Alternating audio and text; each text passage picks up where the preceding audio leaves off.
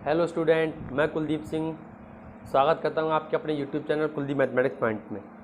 पिछली वीडियो में मैंने आपको वर्णमाला के बारे में बताया था, ठीक है, कि वर्णमाला में मतलब कितने स्वर होते हैं, स्वरों के बारे में बताया था, कितने स्वर होते हैं, वर्ण किसे कहते हैं, स्वर किसे कहते हैं, इसकी परिभाषा बताई थी, ठीक है।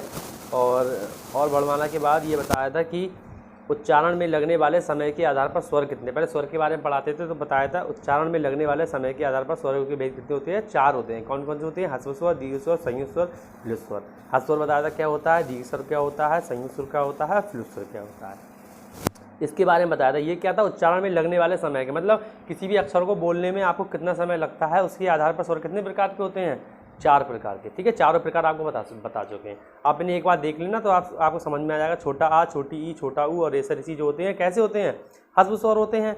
और बड़ा आ, बड़ी ई या बड़ा ऊ क्या होता है, दीर्घ स्वर होता है। ऐसे एड़ी, ऐसे ऐनक, ओसे उखली और स्वर संयुक्त स्वर होते हैं। और आहा खाली क्या होता है, फ्लुत स्वर या आगा स्वर कहलाता है।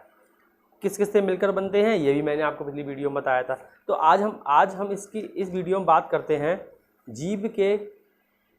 जीव के भाग के आधार पर स्वरों की, मतलब जीव के अनुसार कि हम जीव से आगे से बोलते हैं, पीछे से बोलते हैं, बीच से बोलते हैं। तो जीव के भाग के आधार पर स्वरों की भेद कितने होती हैं? 3 प्रकार के। पेपर में आपसे क्वेश्चन पूछा जाए कि बताइए जीव के अनुसार या जीव के भाग के आधार पर स्वरों के भेद कितने होती है, तो आप क्या कहोगे? 3 होते हैं। क्या होते हैं? 3। अग्रस्वर, मध्य स्वर और पश्च स्वर। पहला क्वेश्चन तो आपका यह बन गया, जीव के भाग के आधार पर कितने प्रकार के स्वर होते हैं, तो आप क्या कहोगे? 3 प्रकार के होते हैं। कौन कौन से होते हैं? अग्रस्वर, मध्य स्वर और पश्च स्वर। अब बात आती है कि अग्रस्वर क्या होते हैं, मध्य स्वर कौन से होते हैं, अब पश्च स्वर कौन से होते हैं। तो अग्रस्वर के होते हैं मतलब जो आगे से बोले जाते हैं, जो हमारे जीभ से आगे से निकलते हैं। छोटी ई, बड़ी ई, मतलब जीभ के आगे वाले हिस्से से निकलना है। देखो आप बोल के देखिए, छोटी ई, बड़ी ई, मतलब आगे वाली साइड से निकलना है। ऐसे एड़ी, ऐसे ऐनक और ऐसे ऋषि, ठीक है। अच्छा, मध्य स्वर मतलब छोटा आ कहाँ से निकला? बीच से।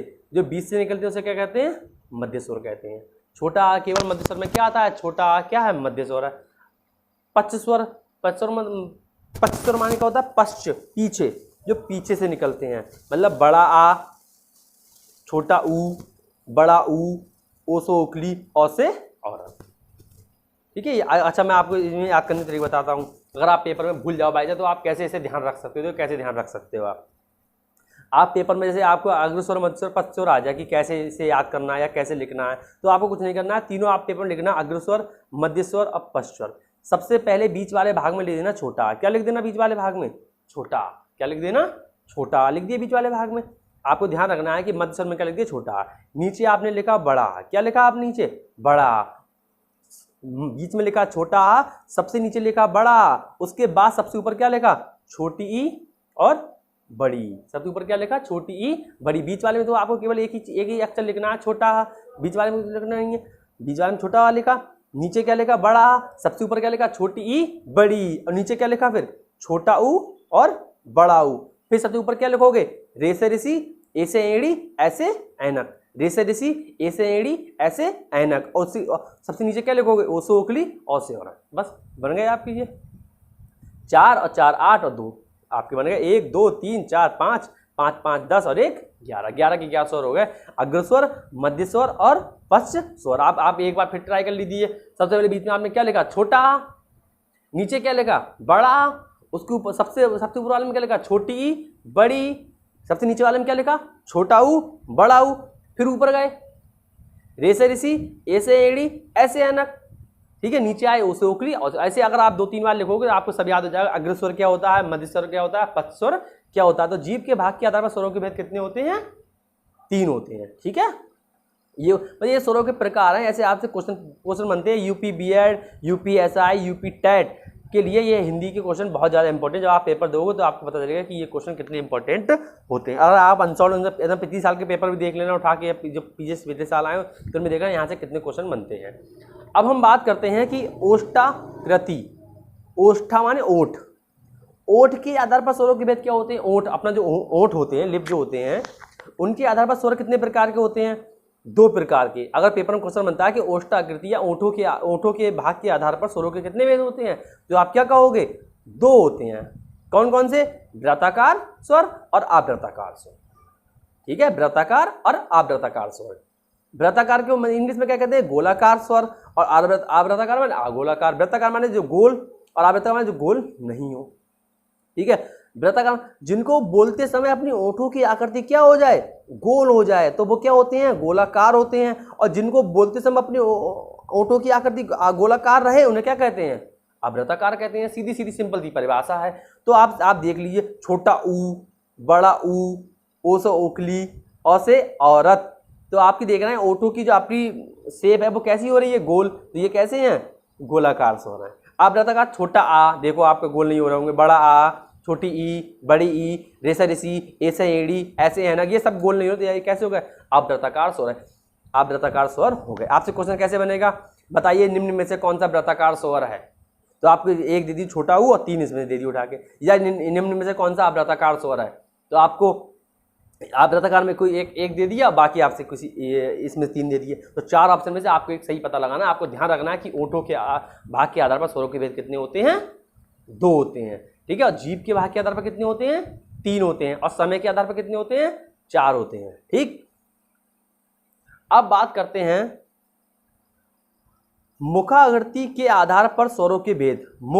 मुखाकृति माने मुख, यानी कि अपने मुंह के आधार पर स्वरों के भेद कितने होते हैं? 4 होते हैं। अगर आपके पेपर में क्वेश्चन बनता है कि बताइए मुंह के आधार पर स्वरों के भेद कितने होते हैं, तो आप क्या कहोगे? 4 होते हैं। कितने होते हैं? 4। पहला क्या होता है? विवर्त स्वर, अर्धविवर्त स्वर, संवर्त स्वर और अर्धसंवर्त स्वर। ये आपको चारों ध्यान रखने हैं। ये पेपर में ये भी क्वेश्चन पूछ सकते हैं कि मुखाकृति के आधार पर स्वरों के भेद क्या होते हैं। इनमें से कौन सा मुखाकृति के आधार पर स्वरों का प्रकार है? विवर्त स्वर, वृत्ताकार स्वर, अग्र स्वर, या पीछे वाला दे दिया, कोई से एक ऑप्शन दे दिया लघु स्वर या दीर्घ। तो आपको क्या लगाना है? विवर्त स्वर जो होते हैं वो मुखाकृति के आधार पर होते हैं। अच्छा, विवर्त स्वर किसे कहते हैं? विवर्त माने क्या होता है? खुलना। अर्थ क्या होता है? खुलना। ठीक है, अर्धविवर्त माने मुख आधा खुलना। संवर्त माने बंद होना। अर्धसंवर्त माने मुख अपना आधा बंद होना। ठीक है, अच्छा, विवर्त स्वर में क्या होता है? खुलना, मुख ज्यादा खुले, यानी कि अपना मुंह क्या होए? बड़ा आ, मुंह देख लो आप ज्यादा खुला होगा। मुख आधा खुले, ऐसा एड़ी, मुंह तो खुला है लेकिन अपना मुंह कैसा खुला है? आधा खुला है। तो इसे क्या बोलते हैं?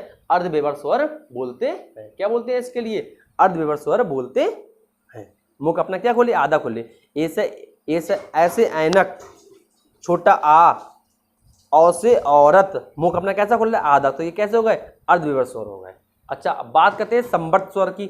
संवर्त क्या होते हैं? अर्थ क्या होता है? बंद होना, यानी कि मुंह बिल्कुल कैसा हो जाए? बंद हो जाए। मुंह कैसा हो जाए? छोटी ई, देखो बोलने के बाद बिल्कुल मुंह बंद हो गया होगा। बड़ी ई, छोटा ऊ, बड़ा ऊ, जैसे ऋषि। आप देख रहे हैं कि मुंह आपको बिल्कुल कैसा हो गया होगा? बंद हो गया हो। अच्छा, अर्धसंवर्त माने क्या होता है? मुख आधा बंद होना। क्या होना? आधा बंद होना। जैसे कि ए से एड़ी, ओ से ओखली, देखो मुंह थोड़ा खुला भी रह रहा होगा थोड़ा।